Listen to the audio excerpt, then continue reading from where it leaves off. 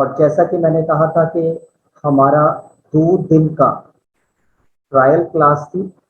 उसके बाद हम एक सिस्टमेटिक तरीके से और सही तरीके से अपनी क्लास का शुभारंभ करेंगे। तो हर इलेक्ट्रो होम्योपैथ डॉक्टर के लिए सबसे पहले यह जानना जरूरी है कि ये जो इलेक्ट्रो होम्योपैथी है, इसका उद्भव यानी कि उदय कहाँ से हुआ, कहाँ से इस इलेक्ट्रो होम्योपैथ की शुरुआत हुई। तो आज हम इलेक्ट्रो होम्योपैथ के उदय के बारे में पढ़ेंगे, कि राइजिंग ऑफ इलेक्ट्रो होम्योपैथी। तो आपको बता दें स्टूडेंट्स कि इलेक्ट्रो होम्योपैथी जो मेडिसिनल जो साइंस है, ये 1865 ईस्वी में इटली के एक जो प्रसिद्ध व्यक्ति थे, है ना, वो एक विचारक भी थे बहुत अच्छे, काउंट सीजर मैटिजी, उनके द्वारा हुआ। और इलेक्ट्रो होम्योपैथिक जो मेडिसिनल साइंस है, ये जो शास्त्र है, सबसे ज्यादा वैज्ञानिक गुणों पर आधारित है। और इस जो चिकित्सा विज्ञान की इस मेडिसिनल जो साइंस है, इसकी जो जितनी भी मेडिसिन हैं बिल्कुल नेचुरल होती हैं। किसी भी प्रकार का इन दवाइयों का कोई भी साइड इफेक्ट नहीं होता है, और शरीर पर ये जो मेडिसिन हैं ये तुरंत प्रभाव डालती हैं। और ये इनके जो बनाने का नियम है बड़ा ही सरल है, बिल्कुल सरल नियमों पर आधारित है ये इलेक्ट्रो होम्योपैथी। और क्योंकि आप ये जान लीजिए कि काउंट सीजर मैटिजी को हमेशा ही ये लगा रहता था कि वो किसी न किसी रूप में मानवों की सेवा करें, क्योंकि वो एक बहुत बड़े लैंडलॉर्ड थे, बहुत बड़े जमींदार थे, और धन धान्य से भरपूर थे, धन बहुत था उनके पास। इसलिए उनको ये पता था कि एक जमींदार होने के कारण उन्हें जो आम आदमी, जो किसान थे, जो मजदूर वर्ग था, उनकी समस्याओं के बारे में पता था, और उनके शरीर से संबंधित बीमारियों के बारे में पता था कि इनको कौन कौन सी बीमारियां होती हैं। वो हमेशा ही इसी चीज के लिए सोचते रहते थे कि किस तरीके से इन सभी मजदूर और किसानों को हम बीमारियों से मुक्त कराएं।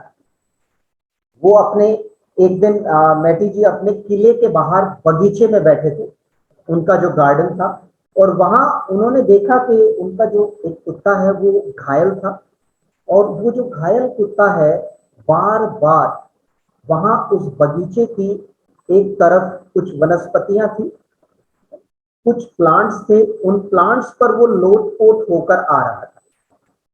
अब उन्होंने उनको बड़ा ऑब्जर्व किया कि ये भाई लोटपोट क्यों हो रहा है, ये क्यों उसके ऊपर जो है ना लेट कर आ रहा है इन सभी प्लांट्स के ऊपर। और उसके बाद कुछ समय बाद वो बड़े अचंभित हुए, आश्चर्यचकित हुए कि वाह भाई वाह, कमाल है, बहुत ही कम समय में उस जो कुत्ते का जो घाव था, जो गहरा घाव था, वो ठीक हो गया, वो बिल्कुल पूरी तरह से स्वस्थ हो गया, एक हेल्दी स्टेट में आ गया। और इसी घटना ने काउंट सीजर मैटिजी को सोचने पर मजबूर कर दिया कि इन प्लांट्स में कोई ना कोई तो चमत्कार छिपे हैं, और कोई ना कोई ऐसी शक्ति है जो हमें ठीक कर देती है। यानी कि जितने भी सजीव प्राणी हैं, जितने भी लिविंग बीइंग्स हैं, उनके ऊपर असर करती है। कोई ना कोई इनमें जो है अदृश्य, इनविजिबल, कोई ना कोई ऐसी शक्ति मौजूद है जो जीवित जो प्राणी हैं उनको रोग से मुक्त यानी कि बीमारियों से छुटकारा दिला सकती है। और इसके बाद उनकी रुचि मेडिकल साइंस में पैदा हुई, और उन्होंने वनस्पति शास्त्र यानी कि प्लांट किंगडम को पढ़ना शुरू किया। और एक दिन उन्होंने जो अपने मित्र पॉलीक्रास्टा के द्वारा जो प्रकृति व प्राकृतिक विज्ञान जो होते हैं, नेचर और नेचुरल साइंस, इसका जो नॉलेज है उन्होंने लिया। और उसके बाद जो थियोफ्रास्टस नामक वैज्ञानिक की पुस्तकों का उन्होंने अध्ययन किया। उन्होंने बहुत ज्यादा पढ़ा कि अब उनकी रुचि आ गई थी कि ऐसा प्लांट में क्या जादू छिपा है जिससे शरीर की बीमारियां दूर हो सकती हैं। और इसीलिए उनको एक चीज बिल्कुल निश्चित तौर पर पता थी कि presence of electricity power in vegetable kingdom.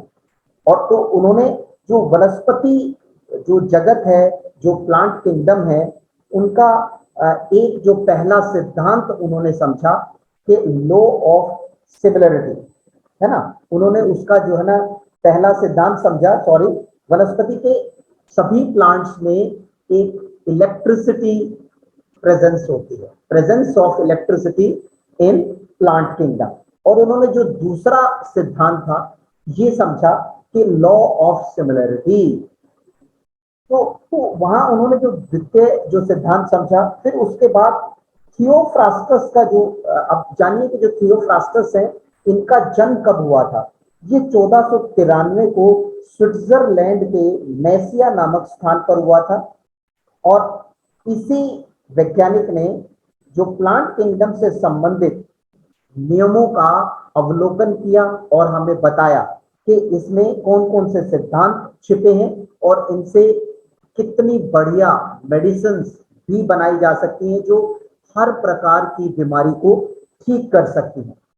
और इन्होंने 15वीं शताब्दी में इनका जो नाम प्रसिद्ध हुआ पैरासेल्सस, पैरासेल्सस के नाम से ये बहुत ज्यादा प्रसिद्ध हुए।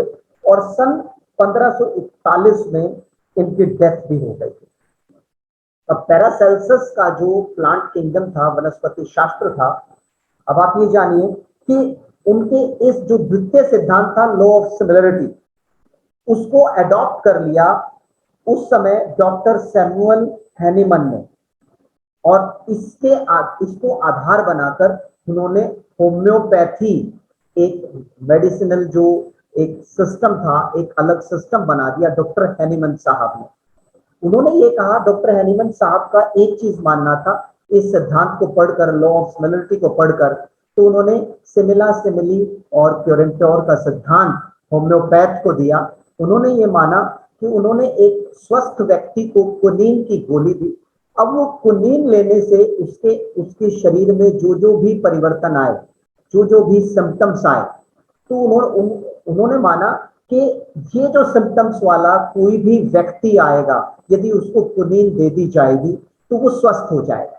तो डॉक्टर हैनीमन साहब ने इस तरीके से होम्योपैथ का शुभारंभ किया उस समय 1746 ईस्वी में उन्होंने इस चीज को किया था। और इधर जो काउंट सीजर जो मैटिजी थे, उन्होंने होम्योपैथ को भी पढ़ा, लेकिन वो पूरी तरह से सेटिस्फाई नहीं थे कि कहीं ना कहीं कोई ना कोई तो कमी है इस होम्योपैथ जो साइंस में, कि उसको वो सेटिस्फाई नहीं थे कि एक जो मेडिसिन है वो पूरी तरीके से उस बीमारी को ठीक कर सकती है। उनका ये मानना था कि ठीक है, एक जो मेडिसिन है, एक सिंगल मेडिसिन, वो क्या कर सकती है, बीमारी के आए लक्षणों को, सिम्टम्स को ठीक कर सकती है, लेकिन पूरी बीमारी को ये ठीक नहीं कर सकती। ये जब बात जब वो डिससेटिस्फाइड हुए तो उनके मन में विचार आया कि बिल्कुल ये बात तो उनके मन में था, जो काउंट सीजर मैटिजी मानते थे कि पूरा जो प्लांट किंगडम है और जो ह्यूमन है, इन दोनों की जो परस्पर निर्भरता है वो है, प्रकृति में है, ये एक दूसरे के परिपूर्ण है। तो एक दूसरे का काम इन दोनों से चलता है।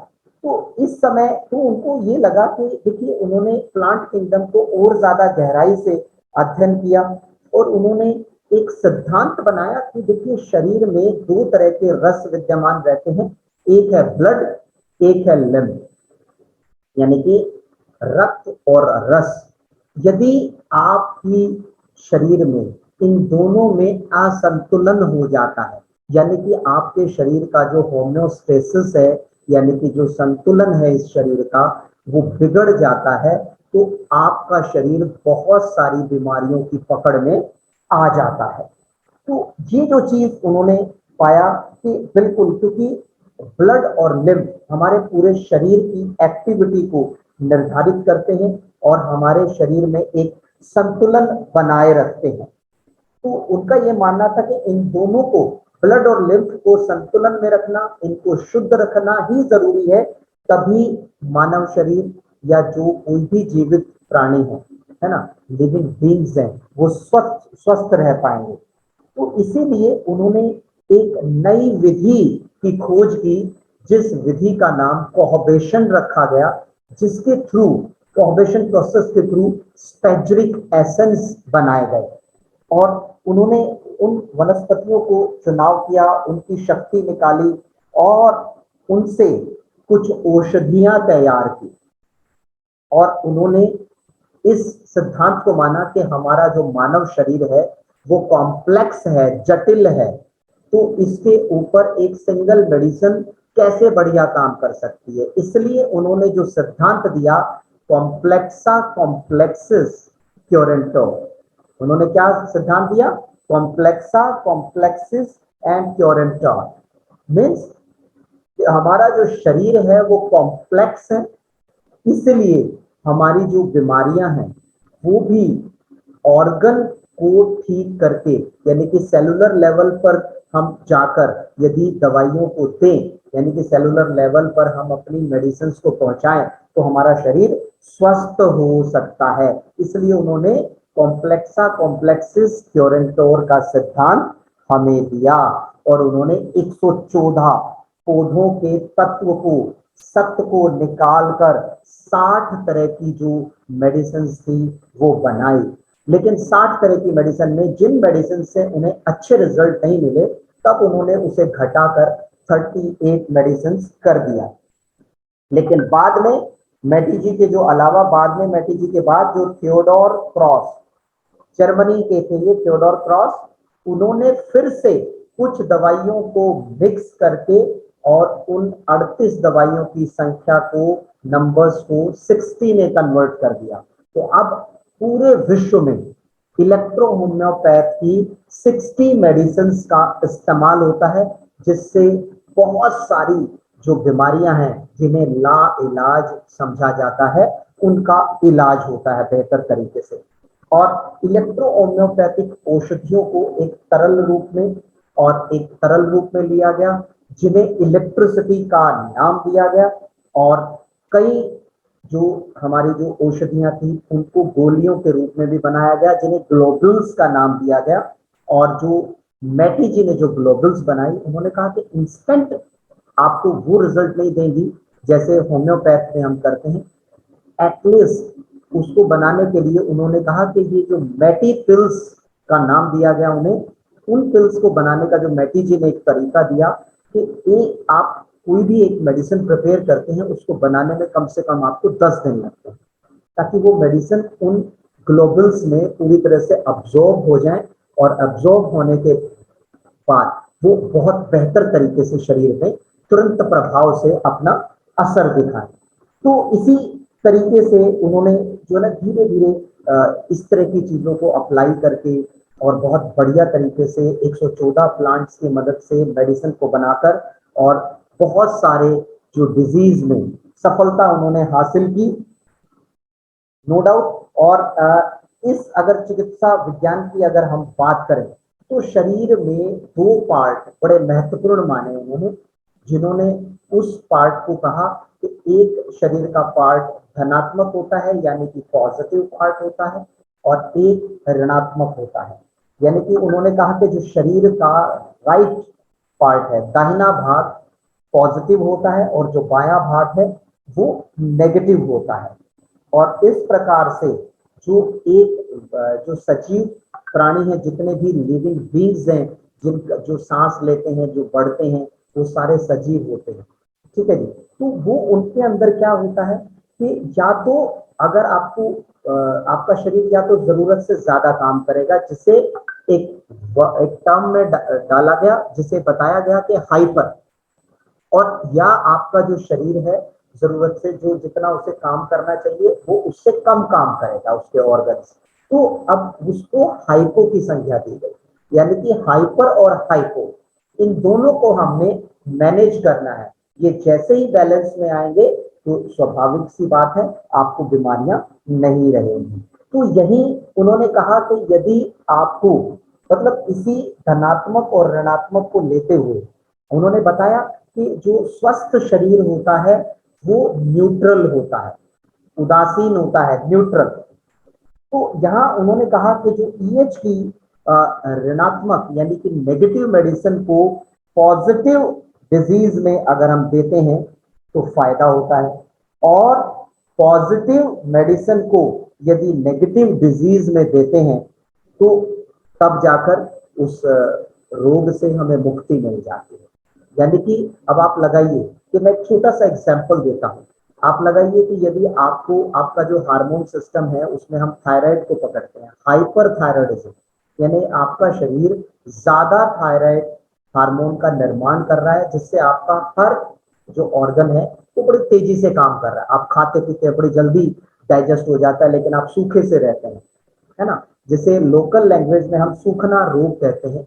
और जब ये स्थिति आती है यानी कि ये पॉजिटिव बीमारी हो गई, हाइपर हो गया यानी कि हमारे बॉडी का फंक्शन, तो ऐसी स्थिति में हमें नेगेटिव जो मेडिसिन देते हैं, नेगेटिव मेडिसिन देकर ही हम उसे ठीक कर सकते हैं। अब इसके विपरीत आप लगाइए, यदि आपका जो थायराइड हार्मोन है वो कम बनना शुरू हो गया तो उससे क्या होगा, आपके शरीर में बहुत ज्यादा आपका शरीर थकने लगेगा, आपके शरीर में दर्द रहने लगेगा, आपकी काम करने की इच्छा नहीं होगी। तो यानी कि वो जो कंडीशन है हाइपो कंडीशन है, यानी कि ऐसी कंडीशन ऋणात्मक कंडीशन कहलाती है।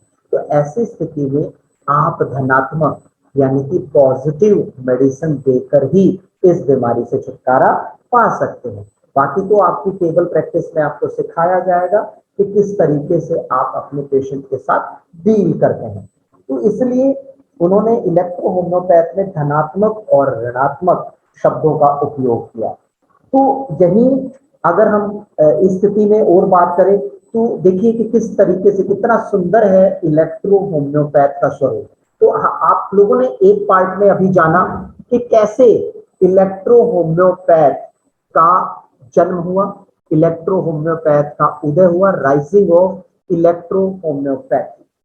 आप जानते हैं डॉक्टर काउंट सीजर मैटी जी के जीवन के बारे में जानते हैं, लाइफ हिस्ट्री के बारे में जानते हैं, क्योंकि अगर आप इलेक्ट्रो होम्योपैथ से जुड़े हैं तो आप कभी ना भूलें, इनके जीवन के बारे में जानकर ही आप बड़े बेहतर तरीके से इसके बेहतर डॉक्टर बन सकते हैं। राइट, इलेक्ट्रो होम्योपैथी के जो आविष्कारक हैं जैसा कि हमने बताया कि डॉक्टर काउंट सीजर मैटी जी हैं, जिनका जन्म 11 जनवरी 1809 ईस्वी को इटली के बालोग्ना नामक शहर के रोशेटा नामक स्थान पर हुआ था। आपका परिवार एक जमींदार माना जाता था, जमींदार बड़े बड़े जमींदार थे, और अतः काउंट सीजर मैटी जी की जो एजुकेशन थी वो भी हाई लेवल की हुई थी। और जब सीजर जो मैटी थे, जब युवा अवस्था में थे, यंग एज के थे, अचानक ही उनके पिता की डेथ हो गई और उनका जो सारा जमींदारी का जो कार्यभार था उनके कंधों पर आ गया।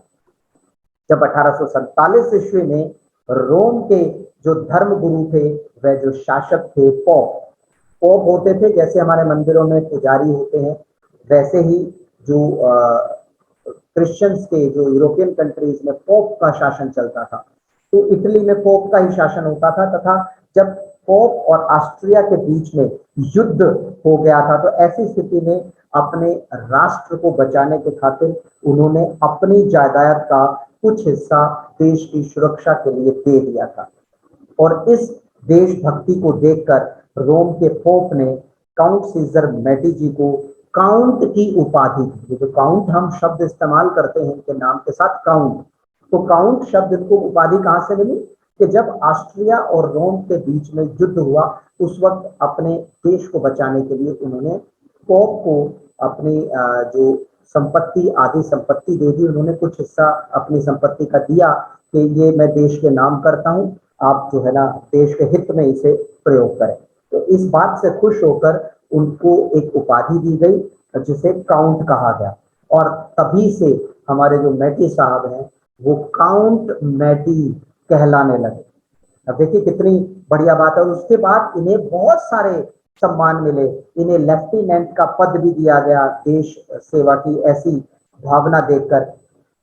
और सेवा में ये नेतृत्व करने के बाद इनका मन वहां भी नहीं लगा और 1848 में पुनः काउंट सीजर मैटी जी को फिर मजिस्ट्रेट भी बनाया गया।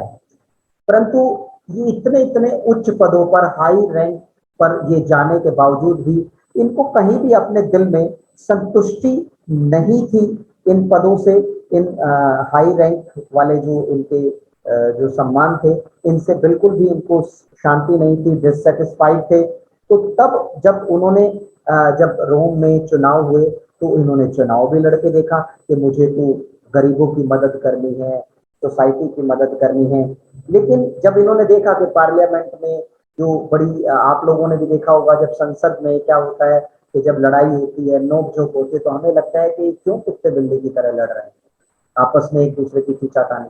यही बात हमारे काउंट सीजर मैटी जी के दिमाग में आई कि बोले कि नहीं, मतलब ये रास्ता भी वो नहीं है जिसे मैं चुन रहा था और गरीबों की सेवा के लिए ये रास्ता भी नहीं था, इसलिए उन्होंने अपने पद से इस्तीफा दे दिया।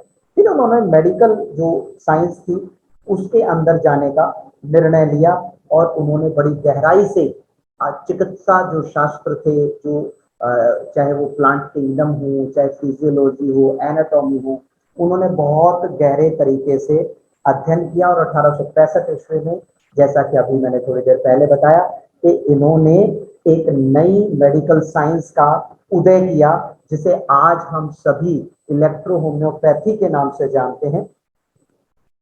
और ये क्योंकि आप लोगों को पता है, जैसा आपको बता दिया गया था, कि ये प्रभावित हुए थे, इंस्पायर्ड हुए थे कि जब एक कुत्ता इन पौधों से ठीक हो सकता है तो मानव जगत भी ठीक हो सकता है। तो काउंट सीजर मैटी जी के द्वारा जितनी भी जो मेडिसिन थी जो उन्होंने बनाई, उससे उन्होंने इलाज करना शुरू किया। और एक समय ऐसा था कि उन्होंने गरीबों का निःशुल्क इलाज किया था। अब जो इलाज करते थे तो एक टाइम पर इन्हें ऐसा होता था कि पूरी सेना बुलानी पड़ती थी उस भीड़ को मैनेज करने के लिए कि कहीं कोई डिस्टरबेंस ना आ जाए, इतनी ज्यादा भीड़ लगती थी। आप सोचिए कि इन पौधों ने कितना चमत्कार कर दिया था सबको। और इसी बात से प्रेरित होकर 1869 ईस्वी में काउंट सीजर मैटी जी को हॉस्पिटल सेंट थरेसा में एक अलग डिपार्टमेंट खुलवा दिया, इलेक्ट्रो होम्योपैथी का अलग डिपार्टमेंट, जो आज पूरे विश्व भर के इलेक्ट्रो होम्योपैथ ये एक सपना देख रहे हैं कि बिल्कुल, और बहुत जल्दी आपका सपना पूरा होने वाला है कि इलेक्ट्रो होम्योपैथ को सरकार एक बहुत बड़े लेवल पर मान्यता देने जा रही है।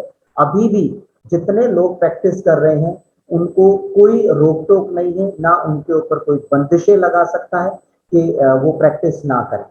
तो वो जो चीजें हैं, तो सरकार ने अब फैसला लिया है कि जब इस चिकित्सा से जब लाखों लोगों को बेनिफिट्स मिल रहे हैं, तो क्यों ना इसको एक मुख्य धारा में शामिल किया जाए। तो ये सारी चीजें चल रही हैं। आप देखिए उस समय भी इनकी इस चिकित्सा शास्त्र को देखकर इतना पॉपुलर हुआ, इसके परिणामों को, रिजल्ट्स को देखकर, कि उनको एक अलग से डिपार्टमेंट दे दिया गया हॉस्पिटल सेंट थरेसा में। और इस प्रकार धीरे धीरे इसकी जो कीर्ति थी, ख्याति थी, फेमस होने लग गया ये जो इलेक्ट्रो होम्योपैथी। तो हर जगह इसकी जो है चर्चा होने लग गई विश्व भर में। और काउंट सीजर मैटी जी ने जो इसके सिद्धांत लिए और चिकित्सा पद्धतियों का जो परीक्षण और जो कार्य किया, तो उस समय के जो महान इटालियन जो चिकित्सक थे, है ना, जो डॉक्टर थे, वैज्ञानिक थे, डॉक्टर कांटी एंड डॉक्टर काली ने मैटी साहब को बहुत ज्यादा सहयोग किया कि भाई आपकी दवाइयों में दम तो है, तो क्यों ना हम आपका साथ दें। और उन्होंने उनका साथ दिया, है ना। लेकिन उन्होंने क्या किया, साथ तो दिया, लेकिन बहुत सारा ह्यूमन जो है ना बड़ा थोड़ा सा स्वार्थी हो जाता है। उन्होंने इसकी जो दवा को बनाते कैसे हैं उसको सार्वजनिक नहीं होने दिया। लेकिन साहब अच्छी चीज रुकती कहाँ, आज विश्व भर में इसके बनाने के तरीके का भी पता है, सबको पता है। और बहुत सारे डॉक्टर्स बहुत सारे मरीजों का इलाज भी कर रहे हैं सफलतापूर्वक। अब आप देखिएगा कि यहाँ जो अब आपको मैं बताने जा रहा हूँ कि जहाँ डॉक्टर काउंट सीजर मैटी जी के सिद्धांतों और जो सफलताएं थी, वो जो उनकी जो प्रसिद्धि थी, है ना, जो होम्योपैथ के उस समय के कुछ डॉक्टर्स होते थे जो अच्छे दिग्गज होते थे, डॉक्टर लुट्स, डॉक्टर जिम्पल, है ना, उन्होंने भी इलेक्ट्रो होम्योपैथी की तारीफ अपनी पुस्तकों में की। और डॉक्टर रिगाई जेनेवा, डॉक्टर एक्रोय, लंदन के डॉक्टर माउंट मेरी और मेरिया आदि ने भी इलेक्ट्रो होम्योपैथी के अस्तित्व को स्वीकारा कि हाँ वास्तव में ये तो जबरदस्त पैथी है। और डॉक्टर काउंट सीजर ने 1895 ईस्वी में इलेक्ट्रो होम्योपैथी के प्रचार प्रसार के लिए डॉक्टर फादर अगस्टस मुल्लर, जिनका जन्म 13 मार्च 1841 में हुआ और जो उन्होंने अपना जो जीवन था 1901 में पूरा किया। दक्षिणी भारत के कनकरडी मंगलूर में जो कुष्ठ रोगों का अस्पताल का जो निर्माण वो करना चाह रहे थे, कुष्ठ रोग मतलब लेप्रेसी, कुष्ठ रोग जो लेप्रेसी होता है, तो उस हॉस्पिटल का निर्माण करना चाह रहे थे।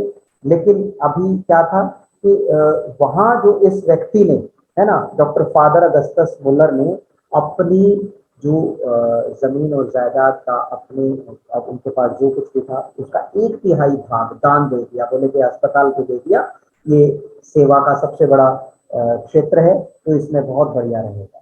तो इस तरीके से काउंट सीजर मैटी ने ऑस्ट्रिया की शहजादी वेंटिजोफ, नवाब मेक्लेनबर्ग, बेगम अर्गिल के साथ ही अनगिनत रोगियों को देश और विदेश में ठीक करना शुरू किया।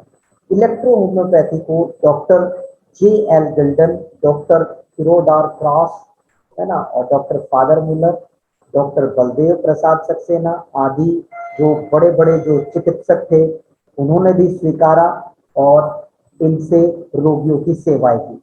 और बहुत समय तक डॉक्टर जो काउंट सीजर मैटी जी थे अपने जो सहायक थे डॉक्टर काली, डॉक्टर कांटी के साथ अपने ही किले में सैकड़ों रोगियों को ठीक करते रहे। लेकिन क्योंकि जो काउंट सीजर मैटी जी हैं उनका कोई भी बेटा नहीं था, इसलिए उनका जो उत्तराधिकारी के रूप में उनके जो दामाद थे डॉक्टर M.B. मैटी ने सारा कार्यभार संभाला। और वो सारी जो मेडिसिन कैसे बनाते हैं, कैसे सिस्टम करते हैं, आगे कैसे इसको बढ़ाना है, वो सारा कार्यभार उनके सन इन लॉ ने यानी कि दामाद ने संभाला। और 4 सितंबर 1896 को रेशेटा में इलेक्ट्रो होम्योपैथी को जन्म देने वाले जो महान विचारक थे डॉक्टर काउंट सीजर मैटी जी, इनका स्वर्गवास हो गया। और डॉक्टर काउंट सीजर मैटी जी की अंतिम यात्रा में इतने बीमार लोगों को उन्होंने ठीक किया था कि उनकी अंतिम यात्रा में लाखों लोगों का हुजूम था। इस बात से आपको ज्ञात हो सकता है, आप पता लगा सकते हैं कि उनकी प्रसिद्धि किस हद तक फैली थी।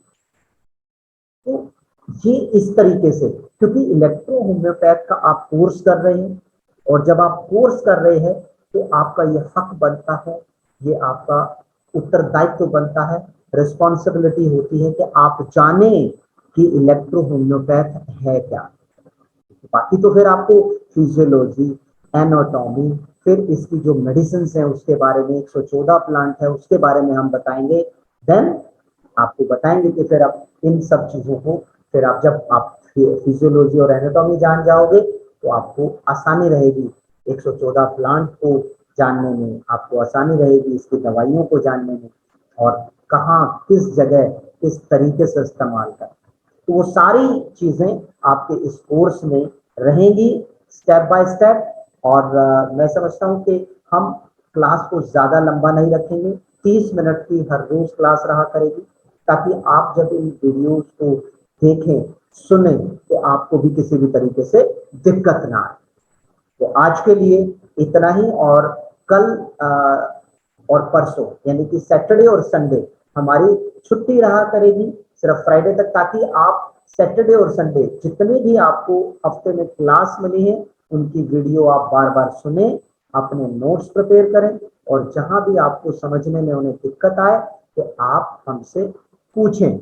और पूछने के लिए हम जैसे जैसे हम आगे जब प्लांट्स के बारे में पढ़ेंगे, मेडिसिन के बारे में पढ़ेंगे, तो आपको पूछने के लिए एक दिन मिला करेगा सैटरडे का स्पेशल, सिर्फ उस दिन जो क्लास लगा करेगी कि आप अपने सवालों को लेकर आएंगे और वो खूब खुलकर पूछें। उम्मीद करता हूं कि आज की क्लास आपके लिए बेहतर रही है, आपको पसंद आई है और आप एक बेहतर डॉक्टर बनने की कोशिश करेंगे। Thank you very much. नमस्कार।